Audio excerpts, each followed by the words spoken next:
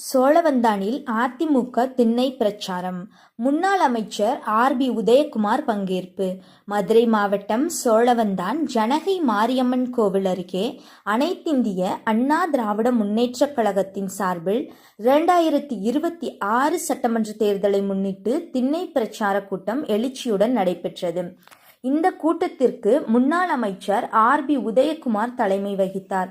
நிகழ்ச்சியில் அவர் கலந்து கொண்டு வருகின்ற 2026 சட்டமன்ற தேர்தலில் அதிமுக மாபெரும் வெற்றி பெறுவதற்கான வியூகங்கள் மற்றும் களப்பணிகள் குறித்து நிர்வாகிகளுக்கு ஆலோசனை வழங்கினார்.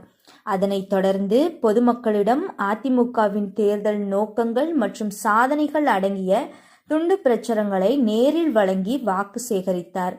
இந்த நிகழ்ச்சிக்கான ஏற்பாடுகளை ஒன்றிய செயலாளர் கொரியர் கணேசன் சிறப்பாக செய்திருந்தார்.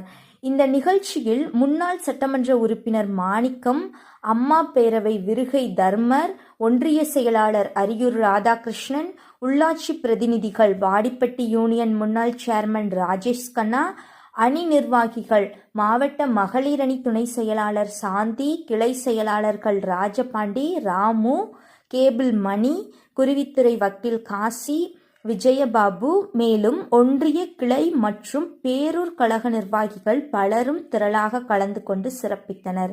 கூட்டத்தில் பேசிய முன்னாள் அமைச்சர் ஆர்.பி. உதயகுமார், வருகின்ற 2026 சட்டமன்ற தேர்தலில் அதிமுகவின் வெற்றி உறுதி என தொண்டர்களிடையே உற்சாகமாக பேசினார். அதிமுகவின் தேர்தல் பணிகளை இப்போதிலிருந்தே தீவிரப்படுத்த வேண்டும் என்றும் அவர் கேட்டுக்கொண்டார்.